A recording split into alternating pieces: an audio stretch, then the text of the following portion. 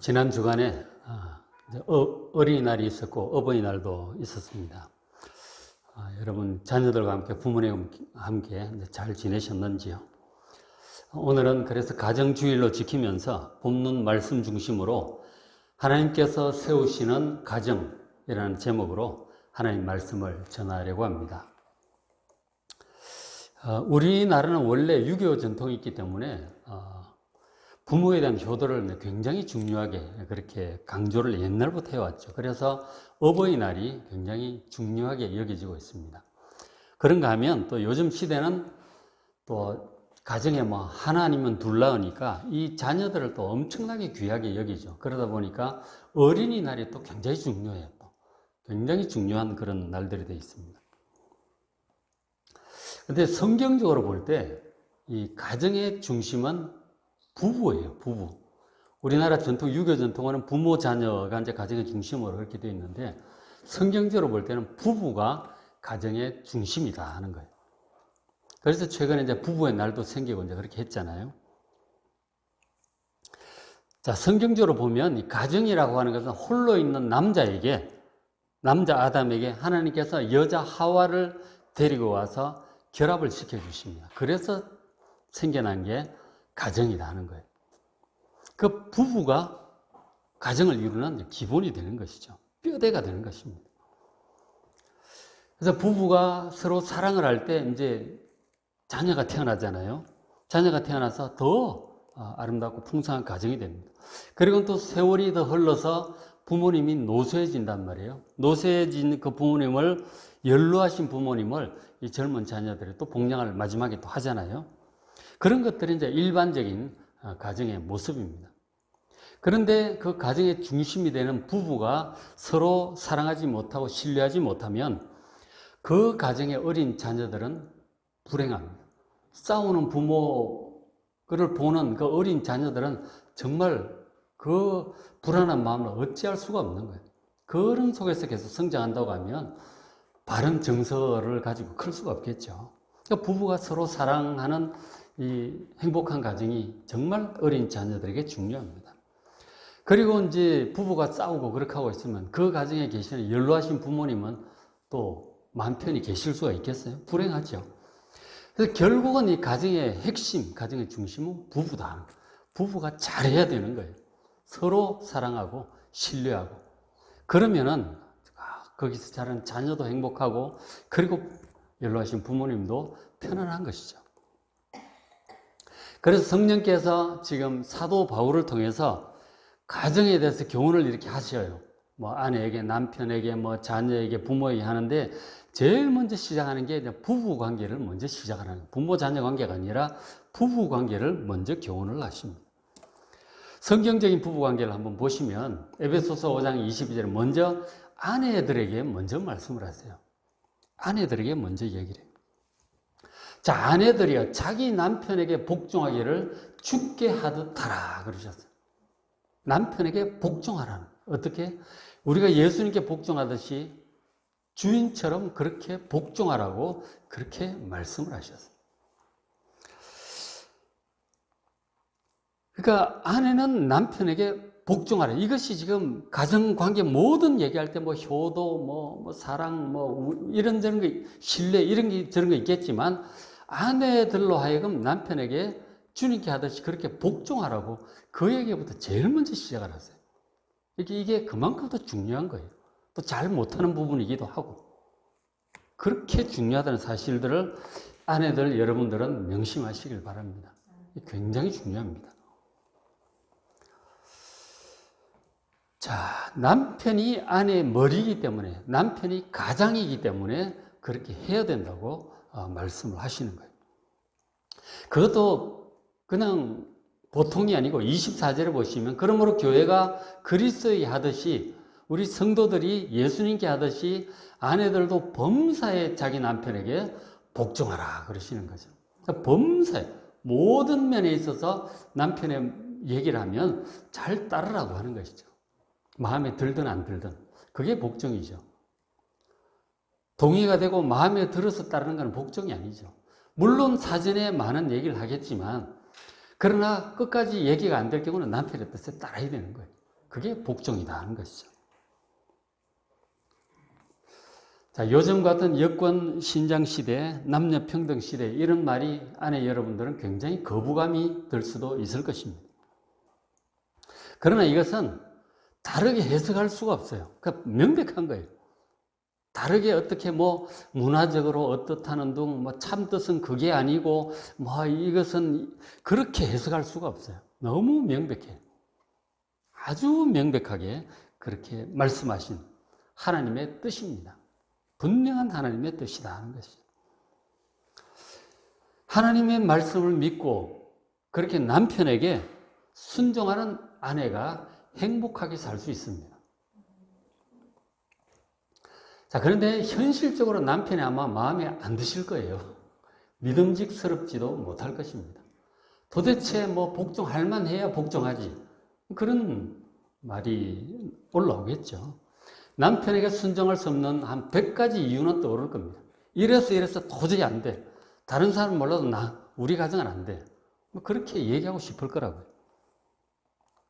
그러나 그럼에도 불구하고 남편이 마음에 안 들고 부족한 점이 있을지라도 주님의 뜻은 그 남편이 예수를 믿든지 안 믿든지 공부를 많이 했든 못한 성질이 좋든지 성질이 좀 더럽든지 간 정말 예수님께 복종하듯이 복종하라고 하는 거예요. 그게 주님의 분명한 뜻입니다. 남편에게 순종하지 않는 아내는 행복하기 어렵습니다. 정말입니다. 행복하기 어려워요. 제가 시간 관계상 길게 얘기할 수는 없지만 주님 말씀을 믿고 무조건 자기 남편을 가장으로 존중하시고 존경하시고 그리고 믿고 따르기로 결심하시기 바랍니다. 그렇게 하면 남편들이 기가 사셨는데 그죠? 맞습니다. 그렇게 해야 돼요. 아내 여러분들 정말 그렇게 하셔야 돼요. 근데 정말 마음에 안 드는 남편, 부족한 남편일지라도 정말 남편 믿고 존중하고 따르기로 결심을 하면 이상하게도 그때부터 마음이 편안해지실 거예요. 그리고 행복해지실 겁니다. 해보십시오. 그래 되나 안 되나 한번 해보십시오. 주님 말씀입니다. 자, 아내 여러분, 하나님 말씀 믿으시고 자기 남편 정말 가장으로 존중하시고 남편에게 순종해 보시기 바랍니다. 분명히 주님께서 여러분 마음을 평안하게 하시고 행복하게 해주실 것입니다. 자, 그럼 남편들은 어찌해야 될까요? 남편들은 어찌해야 될까요? 아내들이 복종하기만 요구하실 일이 아니다 하는 거죠. 남편들은 어떻게 해야 될까요? 분명히 말씀해 주십니다. 25절에 남편들아 아내 사랑하기를 그리스도께서 교회를 사랑하시고 그 교회를 위하여 자신을 주심같이 하라 그러셨어요. 아내를 사랑하시기 바랍니다. 어떻게 어느 정도로? 예수님께서 성도들을 사랑하셔서 그 성도들을 그 죄와 멸망으로부터 구원하시려고 자기 자신의 생명까지 내어주셨어요. 아내를 위해서 다 주겠다고 하는, 모든 것을 주겠다고 하는 정말 희생의 사랑으로 아내를 사랑하시기 바랍니다. 자기 기분, 자기 성질 너무 주장하지 마시고 아내를 사랑하시기 바랍니다. 아내를 사랑한다면 큰 소리 칠 수 없습니다. 소리 지르면 아내들 굉장히 놀랍니다. 아내들 마음이 굉장히 심약해요, 여러분. 집에서 큰 소리 내시면 절대로 안 됩니다. 조용조용히 얘기하세요. 화를 내시면 안 돼요. 그런 것부터 시작을 하셔야 돼요. 그리고 아내를 사랑한다면 아내의 마음을 정말 살피겠죠. 아내가 뭘 좋아하는지, 아내가 뭐를 생각하는지, 뭐를 원하는지 그런 것을 살피고 이제 잘 살펴야 되는 거죠. 자기 생각만 막 던져놓고 복종하라고 막 일방적으로 요구하고 그렇게 하지 않죠.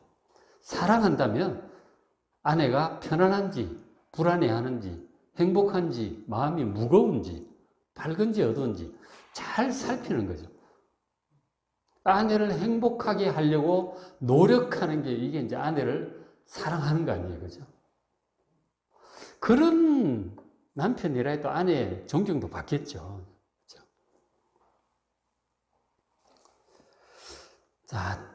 자, 남편 여러분, 아내가 정말 귀해요. 아내가 왜 귀한지 아십니까?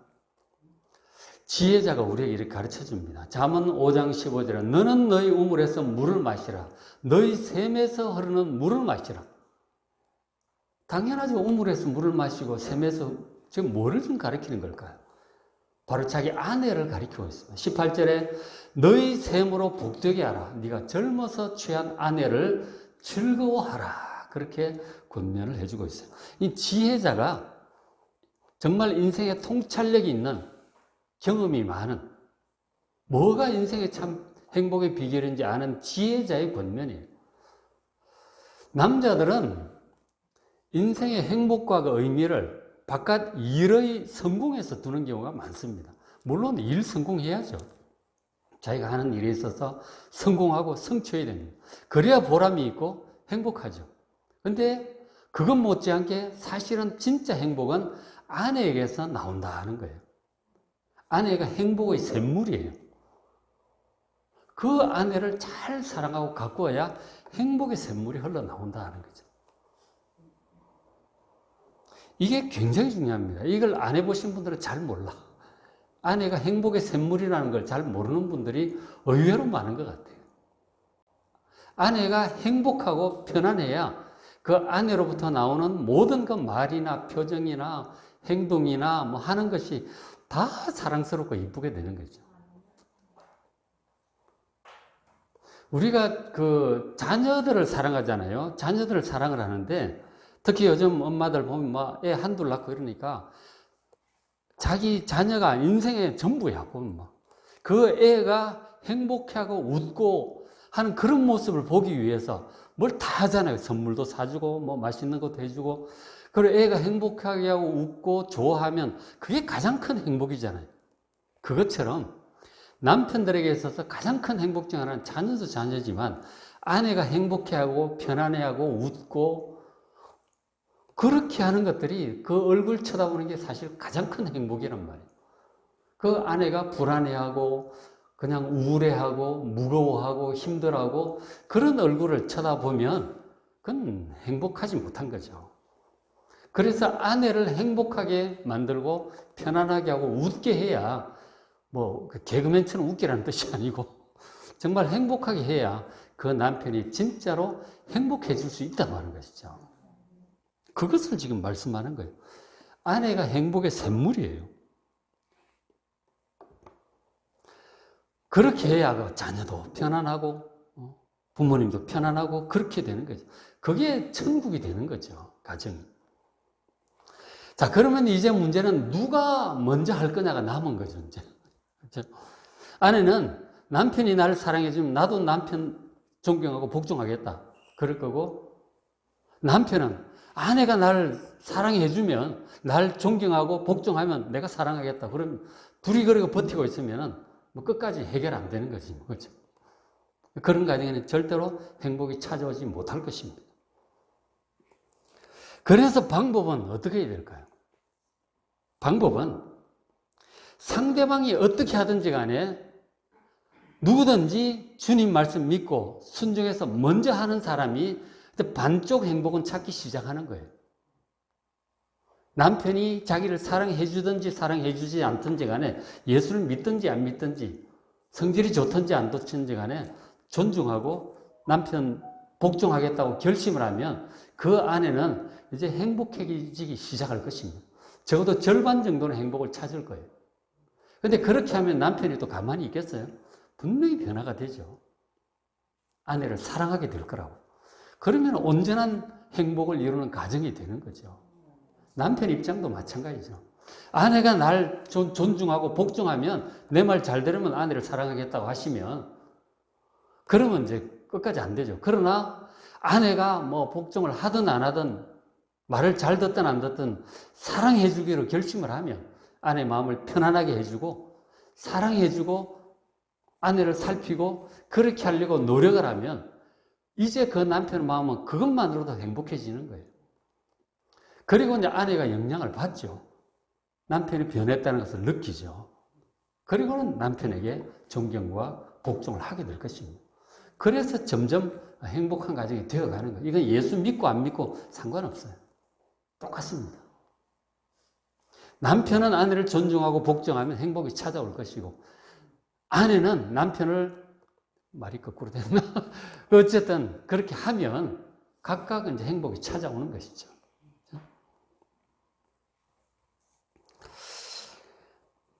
그리고 이제 이 시점에 또 하나 이제 중요한 게 있어요. 부부관계에서 중요한 것이 있는데, 자신의 배우자를 남의 여자나 남의 남자와 비교하지 않는 것입니다.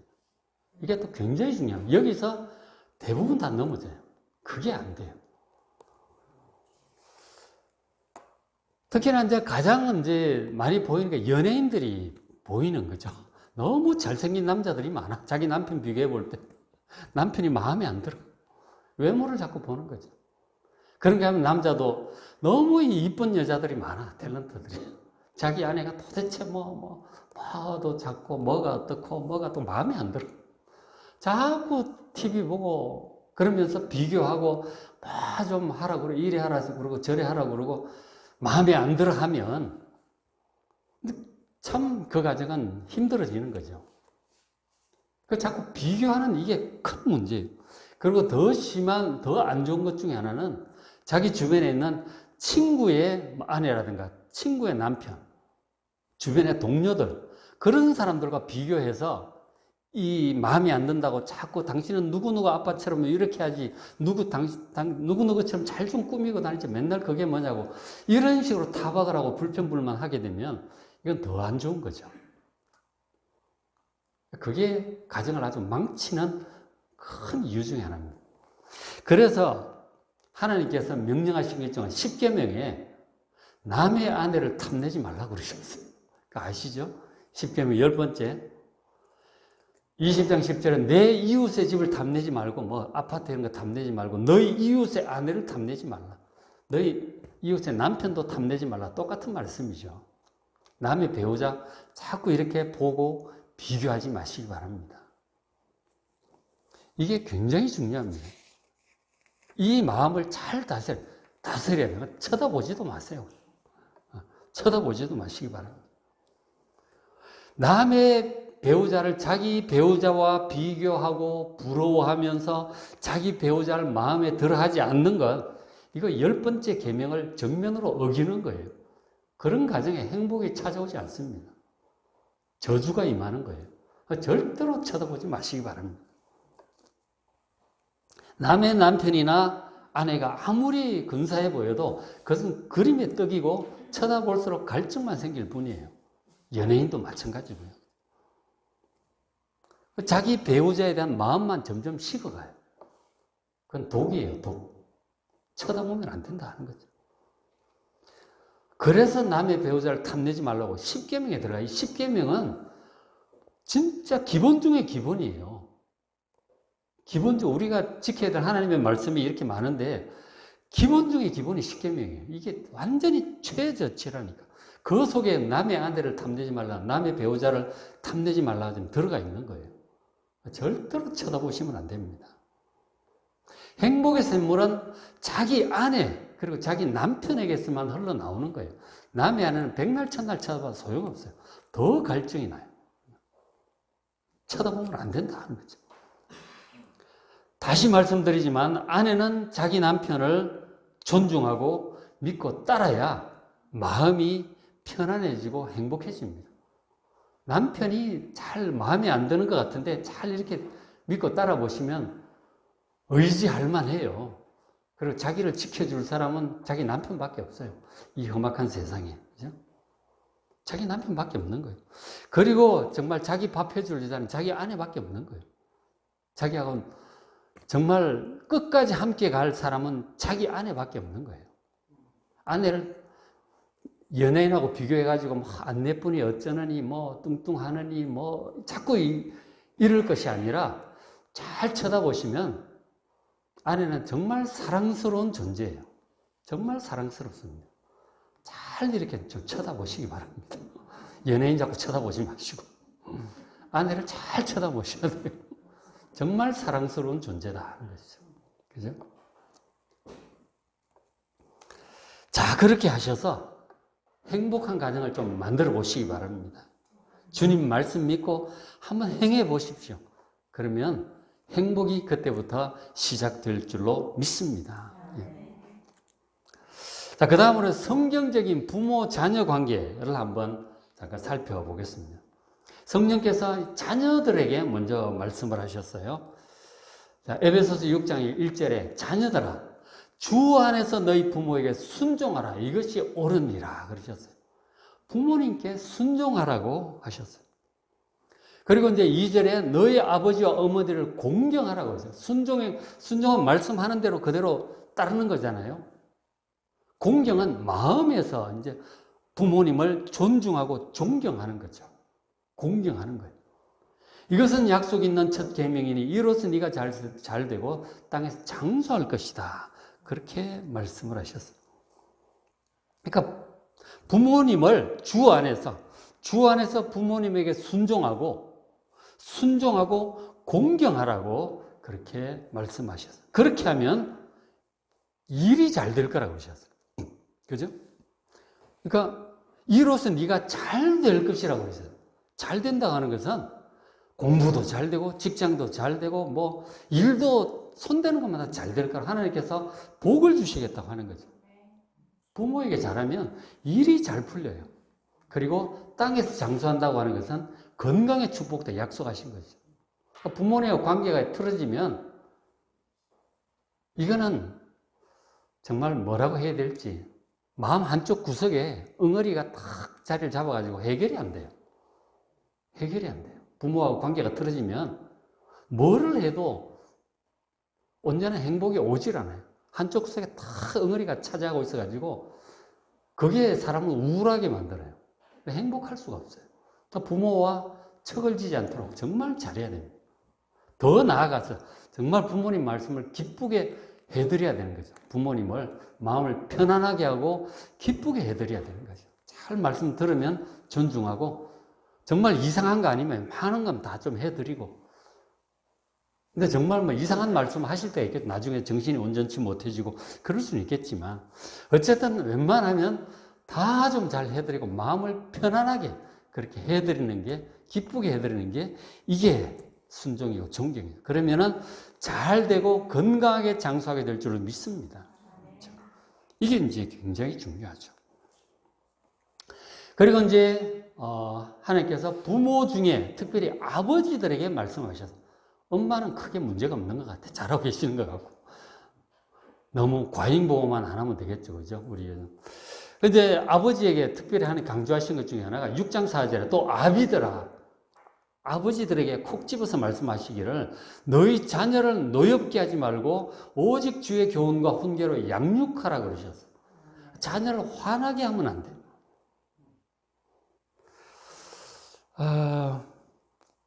자녀가 왜 화가 날까요? 부모에게, 특히 아버지에게. 자녀들이 아버지에게 화를 품게 되는 경우가 많아요. 아버지가 싫어. 아버지 보면 화가 나. 그런 경우가 굉장히 많아요. 가정마다. 그래서 지금 이렇게 말씀하는 거죠. 아비들아, 자녀를 노엽게 하지 말라. 왜 아버지가 자녀들에게 어떻게 하길래 자녀들이 아버지에게 노여워하는 것일까요? 화가 속에 쌓여 있을까요? 그것은 자녀들이 아버지에게서 부당한 대우를 받을 때 그렇게 되는 거예요. 부당한 대우를 받기 때문에 그렇게 됩니다. 일반적으로 가정에서 보면 아버지가 주로 돈을 벌잖아요. 요즘 엄마들도 돈을 더 잘 벌기도 하죠. 아빠들이 돈을 잘 벌어요. 경제권을 가지고 있어. 그리고 실제 힘도 제일 세요. 힘이 세다니까. 실제 주먹도 나가고 매도 나가고 큰 소리 치고 힘이 세단 말이에요. 그러니까 이 아빠들이 집에서 큰 소리를 치게 되어 있는 거죠. 마음에 안 들으면 야 그러고 막 큰 소리가 나가는 거죠. 아내에게도 나고 애들한테도 큰 소리 막 나갑니다. 목소리가 커지는 거죠. 그게 근데 자녀가 잘못해가지고 아빠가 정당하게 혼을 내는 것 같으면 자녀들은 자기가 잘못했으니까 혼날 만한 거니까 이 문제가 되질 않아. 자기가 잘못했으니까 그건 쌓이질 않아요. 근데 분명히 자녀가 잘못하지 않았어.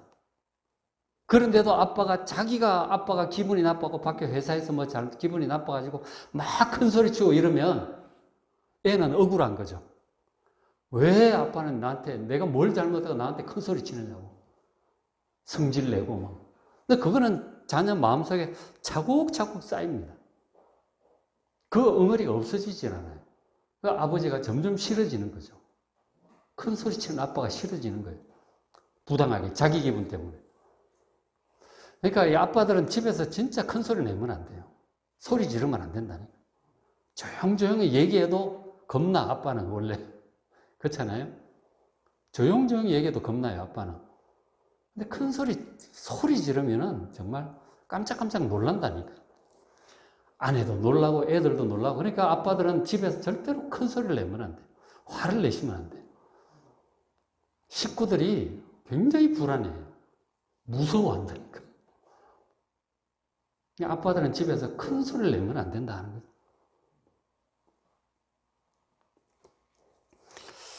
그래서 이제 하나님께서 지금 이 아비들에게 자녀를 노엽게 하지 말라고 아주 명백하게 지금 말씀을 하고 계시는 거죠.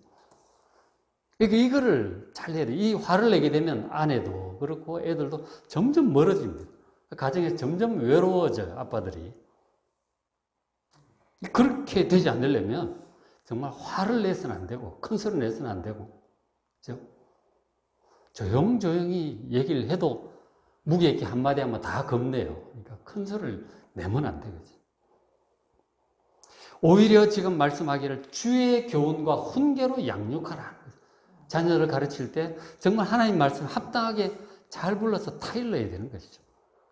야, 이건 이러고 저건 저러니 이건 이래야 되는 것이 아니냐. 그렇게 타일러야 되는 거죠. 화를 내고 막 그러면은 안 된다 하는 거죠. 그래서 부모, 아버지가 집에서 모범적으로 성경도 좀 읽으시고 기도도 하고 경건하게 하고, 그리고 자녀들 점잖게 이렇게 좀 얘기도 하시고, 그렇게 해야 자녀들이 부모를, 특히 아버지를 존경을 하죠. 그래야 그 아버지가 집에서 외롭지 않다. 다들 존경하는 거죠. 믿고 의지하고 따르는 그런 아빠가 되고 남편이 되는 것이죠. 그래서 제일 중요한 게 이렇게 자녀들을 노엽게 하지 않도록 정말 조심하라, 이렇게 얘기를 하는 겁니다. 그래서 아까 우리 영상에서 봤잖아요. 그 목사님이 그 아들 중퇴하고 혼자 공부하겠다 그래서 중퇴를 시켜놨다. 공부하겠다 그랬더니 맨날 컴퓨터 게임만 하고 놀고만 있는 거죠. 속 터지잖아요. 얼마나 화가 나, 그런 거 보면. 근데 그 목사님이 기도하고 하나님께 맡긴 거죠. 화를 얼마나 참았는지 모른다 그러잖아요. 화가 난다니까요, 그런 거 보면. 근데 참았다고 그러잖아요. 참고 기도만 했다고 그러잖아요. 고집 부릴 때는 사실 말이 안 통하거든요. 그때는 화내봤자 소용없어요. 하나님께 맡기고 기도하고 기다리는 거죠. 근데 그럴 때 화를 안 내는 게 중요한 거예요. 그럴 때 화를 내면 그 아들은 점점 더 빗나가는 거죠. 그럼 못 돌아. 아예 빗나가 버릴 수도 있어요. 정말 기도하면서 기다려줄 필요가 있는 것이죠. 때가 되니까 돌아오잖아요, 저렇게, 그죠? 때가 되면 돌아온다니까, 기도하면. 그 마음을 변화시킬 수 있는 것은 하나님밖에 없어요. 화낸다고 되는 게 아니에요. 그 엄마들은 잔소리 한다고 되는 게 아니고, 아빠들은 화낸다고 되는 게 아니에요. 그럴 때는 기도밖에 없어요. 그 자녀를 위해서 기도하고, 그러면 언젠가는 돌아온다 하는 거죠. 정말 쉽진 않아요. 이 화를 참는 거, 엄마들은 잔소리 참는 거, 이 정말 쉽지 않아요. 인격 수양이 필요한데, 기도하면서 좀 잘 좀 해보십시오. 그러면 분명히 그 자녀는 돌아옵니다. 그죠? 분명히 돌아온다. 그런 얘기 많죠. 어거스틴 어머니 모니카도 그랬고, 어거스틴이 얼마나 방탕했는지 10대부터 나와가지고 막 그렇게 하다가 대도시 유학 가가지고 한 고등학교 시절 정도 유학을 갔죠. 그래서 하다가 10대 후반에 이제 동거 생활을 시작을 해요. 애도 낳고 막 그래요. 어거스틴. 하루는 공부는 안 하고. 그런 방탕하였어요. 나중에 예수 믿고 사람 변화돼가지고 기독교 역사상 가장 위대한 그 교부 중에 한 사람으로 남게 됐죠. 그 어머니의 기도 때문에 그런 거예요. 그 잔소리로 되는 게 아니에요. 아빠들이 화낸다고 되는 게 아니에요. 기도를 하시기 바랍니다. 그러면 분명히 잘 세워질 것입니다. 인내하면서. 그죠? 자, 오늘 말씀을 마무리하겠습니다. 성도 여러분. 자, 오늘은 가정의 달을 맞이해서 행복한 가정을 가꾸어 가기 위해서 어떻게 해야 될 것인지 주님 말씀을 제가 그대로 전해드렸습니다. 물론 이런 말씀들이 각자 생각과 다를 수는 있겠죠. 그러나 이것은 제 개인적인 의견이 아니잖아요. 어떤 사람의 사도 바울의 개인적인 의견도 아니에요. 이것은 성령님께서 하시는 말씀이고 주님께서 하시는 말씀이에요. 명백히 있잖아요. 그죠?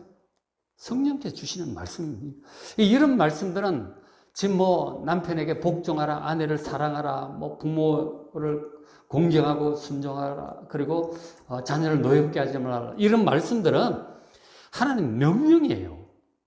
하나님 명령이라니까. 절대적인 진리고, 그리고 인류 살아가는 데 최고의 지혜입니다. 이건 뭐 이론의 여지가 없어요. 인간적으로 동의가 안 될 수는 있겠지만 그건 여러분 생각이고 하나님 말씀 명백한 거예요. 이 말씀 그대로 믿고 여러분 자기 생각 좀 내려놓으시고 한번 해보시기 바랍니다. 한번 해보시기 바랍니다. 그러면 분명히 주님께서 책임지고 여러분 가정을 행복한 가정으로 변화시켜 주실 것입니다. 여러분, 세상이 험하고 정말 인생이 쉽지 않잖아요. 일은 정말 힘듭니다.